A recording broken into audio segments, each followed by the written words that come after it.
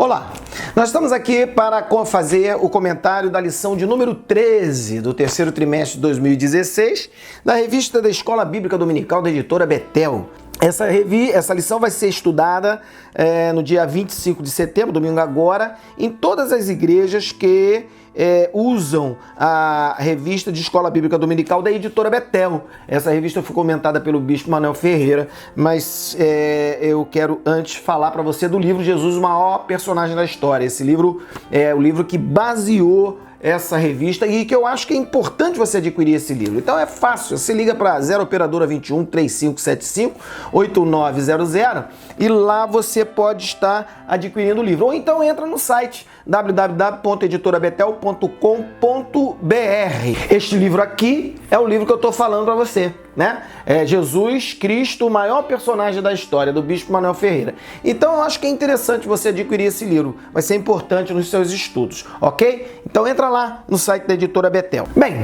então nós vamos lá. Vamos estudar o tópico número 1 aqui nesse primeiro vídeo, né? Lição de número 13, a morte e ressurreição de Jesus Cristo.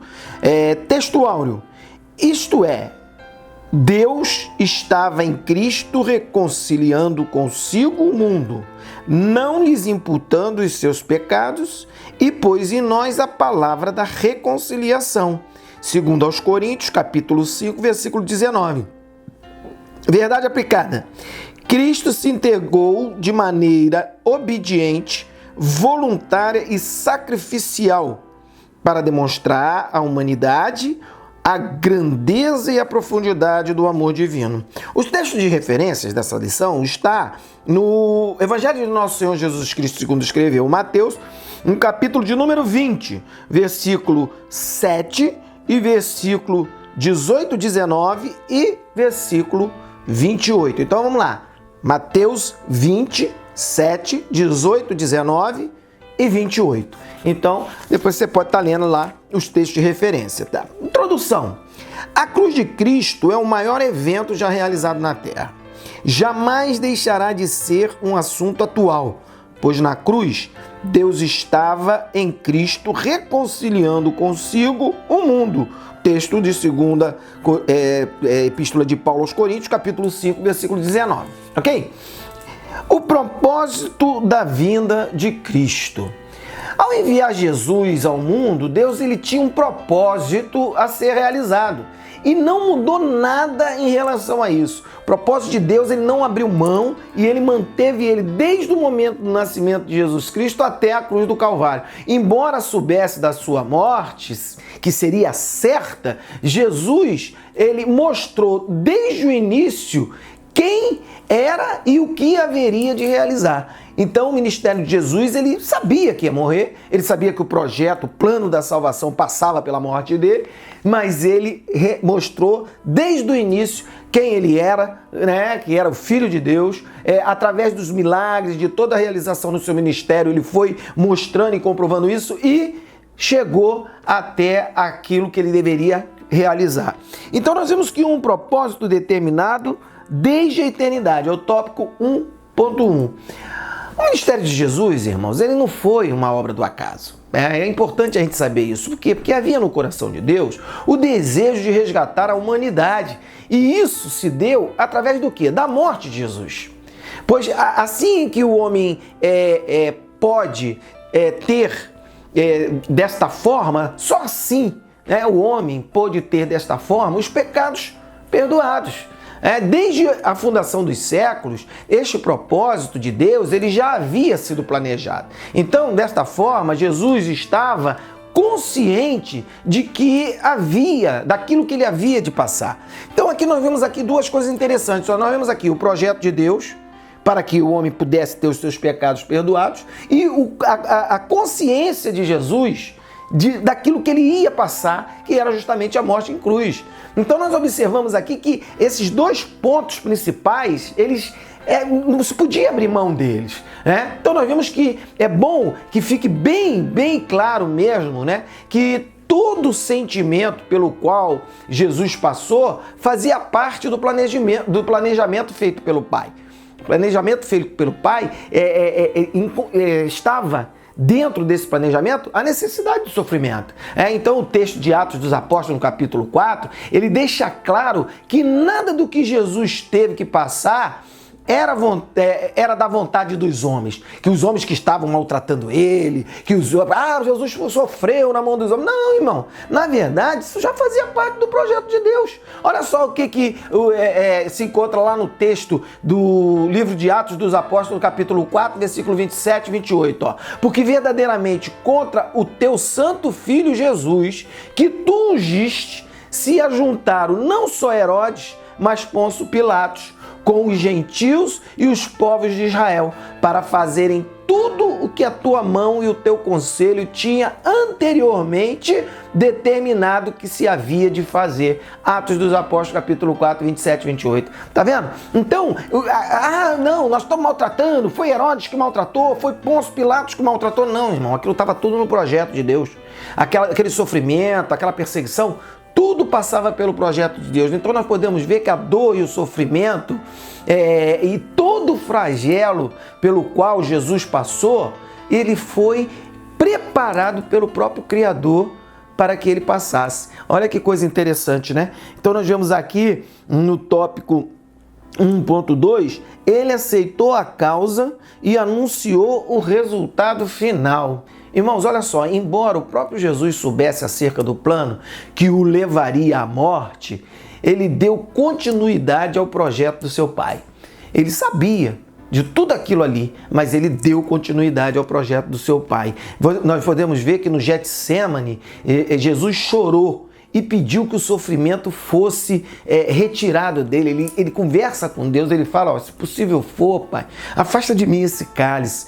Olha que coisa tremenda, né? Então nós vemos ali que ele faz esse pedido a Deus, né? Mas, entretanto, ele deixou a decisão para Deus, né? Porque ele fala assim, dá para afastar? Mas se não dá, que faça a sua vontade. Então ele deixou a decisão para Deus. Ele não confrontou a vontade de Deus. Então a certeza de que o sofrimento ele era necessário e passageiro fazia de Jesus um ser humano diferente.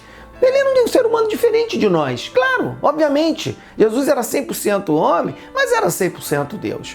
Então ele era um ser humano diferente, não é verdade?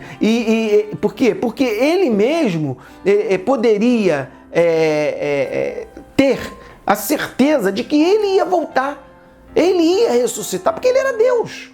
Então ele mesmo tinha essa certeza, não é verdade? Então nós podemos observar que só mesmo Cristo poderia ter essa certeza de que ele ia ressuscitar.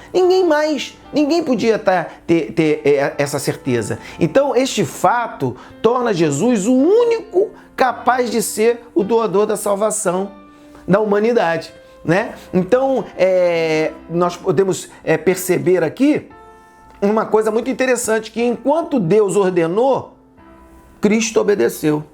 Fica claro que a salvação já começa num ato de obediência. A obediência de Jesus, não é verdade? Ao mandamento do Pai, não é verdade? Então, eu para ser salvo tenho que obedecer.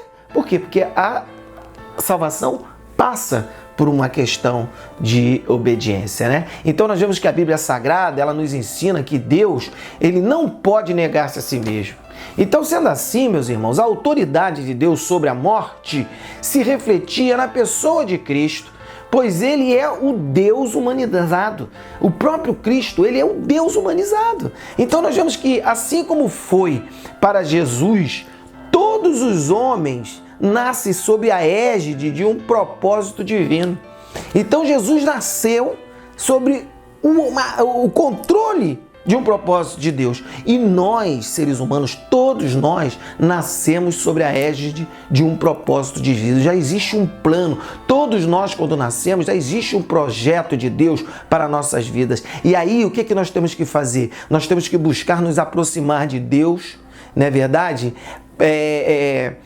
Para que nós possamos compreender a sua vontade para conosco, né? Como é que eu vou fazer isso? Como é que eu vou compreender a vontade de Deus para comigo? Meus irmãos, é muito fácil, transformando pela renovação do meu entendimento. Para quê? Para que eu possa experimentar a agradável e perfeita vontade de Deus, não é verdade? E assim conhecer os seus propósitos para a minha vida. Paulo fala sobre isso claramente quando escreve aos Romanos, no capítulo de número 12, versículo 2. Transformai-vos pela renovação do vosso entendimento, para que você possa experimentar como boa e agradável a vontade perfeita, a vontade de Deus. Então, irmão, é uma coisa linda, maravilhosa. O propósito já existe. No momento que eu piso nessa terra, não é verdade? No momento que eu venho a esse mundo, já tem um propósito de Deus para a minha vida. Então o que eu tenho que fazer agora? Eu me aproximar de Deus, para que eu possa me transformar, para que eu possa entender a vontade de Deus para a minha vida. Coisa interessante, né? Com Jesus do mesmo jeito. Jesus só que é uma diferença. Jesus, como era Deus, ele já sabia o propósito de Deus e o que ele haveria de passar. Mas nós não sabemos. Mas Deus vai nos revelando à medida que nós vamos nos aproximando dele e transformando a nossa mente, transformando a nossa mente em mente de Cristo, ok? Tópico 1.3. Ele veio satisfazer a exigência divina sobre o pecado original. Irmãos, olha só. Após pecar, a situação de Adão ficou insustentável diante de Deus. E com isso, toda a humanidade foi penalizada. Porém, em sua infinita bondade e presciência divina, o Pai determinou que seria necessário o sacrifício do seu filho. Seu filho que era santo e imaculado. Jesus foi o Cordeiro Santo e Imaculado, para que a humanidade ela pudesse outra vez tomar posse e ter a oportunidade de ter comunhão com Deus outra vez. Então, Adão caiu, ele não podia mais ficar na presença de Deus. E com isso veio a humanidade veio com tudo, é uma herança de Adão. Então o que aconteceu? Deus foi, olha só, porque o sacrifício de animais, irmão, era uma coisa que era uma representação, que era, vamos dizer assim, para perdão temporário, aquele perdão do momento.